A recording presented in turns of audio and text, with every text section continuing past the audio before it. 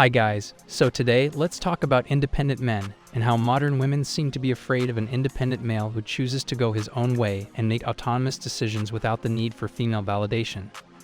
The first thing to keep in mind regarding independence is that while women like independent men, they do not desire them to possess autonomous thought. This means that the man understands the physical world and his role in it, but he also lacks the knowledge of how to act independently without a woman repeatedly telling him to take action. Of course, an action that is in her best interests. If you want boys and men to develop the trait of independence, then you genuinely need to let them know that they are in charge of their own destinies, that they are accountable for the course of their life, and that they are the ones who make the decisions. You must give them the freedom to decide for themselves and learn the important lesson that failure is a part of life, and that they can only succeed by making errors and learning from them. They will eventually develop enough character to be a little bit skeptical about the world, refuse to be led by others, and really cease becoming followers after making enough errors. I know some blue pill guys who blindly obey their spouses and carry out their instructions.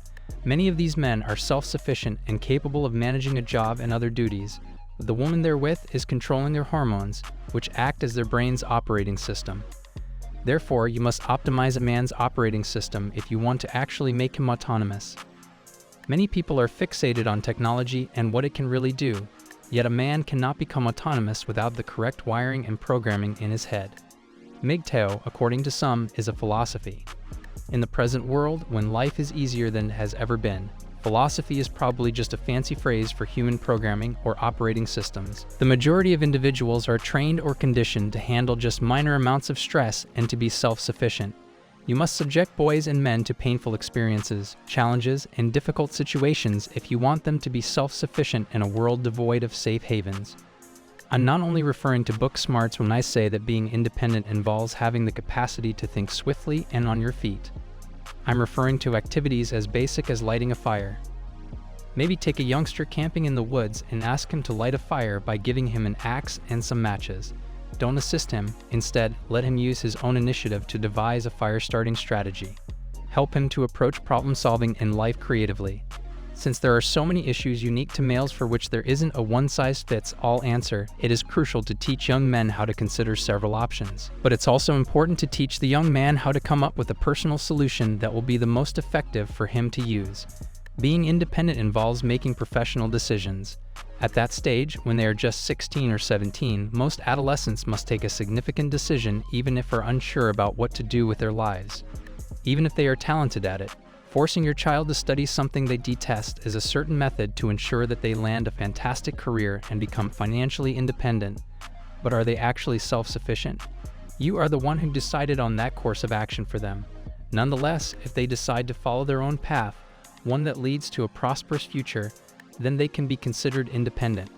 True independence only comes about if they put forth an absurd amount of effort, deciding for yourself what you want to do with your life and accepting the results, good or bad. For instance, when I was younger, I knew that I wanted to pursue a career in psychology, video writing, photography, and other creative fields. None of those things were forced upon me by anyone. I liked it and was naturally good at such things. I utilize all those abilities on a daily basis now, and they help me become independent. However, since we challenge the power structure of women in the corporate system around us, independent thinking males are disliked. We rely on our instincts for a large portion of our alleged independence. This includes our want to make effort and accumulate wealth, as well as our need for feminine approval. The entire idea of independence implies giving up control to a woman, yet if you're independent and accumulate resources while maintaining your freedom of thought, you may keep the rewards for yourself. That is what I mean when I say that women don't want autonomous thought in males. The concept of portraying so-called independence to the world turns into a comedy once we understand that the only reason we are independent is to attract a woman. It's similar to getting a good automobile to show off to others so they can try to steal it away from you rather than so you can enjoy it. Most men are perfectly fine with this because they'll get a pat on the head, and when the woman validates you, she'll pretty much speed off with the car you bought, leaving you smiling on the curb. Then you'll have to work hard, buy another car, and repeat the process again until you finally realize that you've been duped and that your independence and ingenuity are being exploited. Because independent men have internal validation in the kernel component of their operating systems and can't be fooled by a beautiful smile and a flash of skin. women dread them because they won't just hand over things that they work for easily, if at all. Every young guy should be taught the concept of an internal validation map if they want to be independent. I don't think there's a huge group of women out there continually attempting to humiliate guys.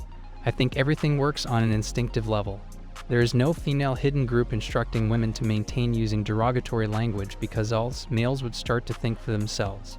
Additionally, female government bankers and companies exploit males who put in a lot of effort to satisfy their needs for female validation and acceptance. The idea that the independent man is truly autonomous underpins our entire civilization. Men are starting to see this in the system when he cedes that independence to a woman for cheap tactics. I frequently hear individuals claim that the rulers of our society support men going their own way because it encourages the dissolution of the nuclear family. It does, however, more than that. It encourages the dissolution of the very lucrative male-female partnerships even more. Men who are emotionally strong and have internal affirmation don't have to spend their 20s accruing debt to get a fancy vehicle. They do not have to labor non-stop at several occupations in order for a woman to live comfortably without doing anything on her part. I believe that because this paradigm has been in place for such a long time, few people are even aware of it anymore. People assume that things will always go on as they have because men will always have a hunger for real women. But if technology such as the synthetic lady lover bots changes the rules, our life will resemble a scene from a Black Mirror episode where women are left yelling at the sky at a funnel. I honestly doubt that anyone out there believes that men can ever achieve total independence. Independence from both the responsibilities of being a protector and a provider for women. After all, it is just how we are. The role of provider and protector also seems to vanish on its own when you remove that need for female approval, though. Regardless of their MGTOW notions about female nature, artificial wombs, that is how we actually make men and boys autonomous in their habits and decisions. Men will become more autonomous and free as a result of those three factors. The solution, however, is that men who are independently minded will have little to no motivation to become independent in the conventional sense. Most men who start thinking for themselves decline to follow the conventional routes to independence. They reject playing the manipulative game of gathering resources and exchanging them for feminine approval. So independence for men is subjective to your understanding of what independence means to you. At the end of the day, if you want to be independent of women, you will choose to go your own way. If you want to be independent of modern society, you will choose to be independent of the expectations that our current social systems have of men. As I said, it's subjective. Anyway, that's it for today, guys.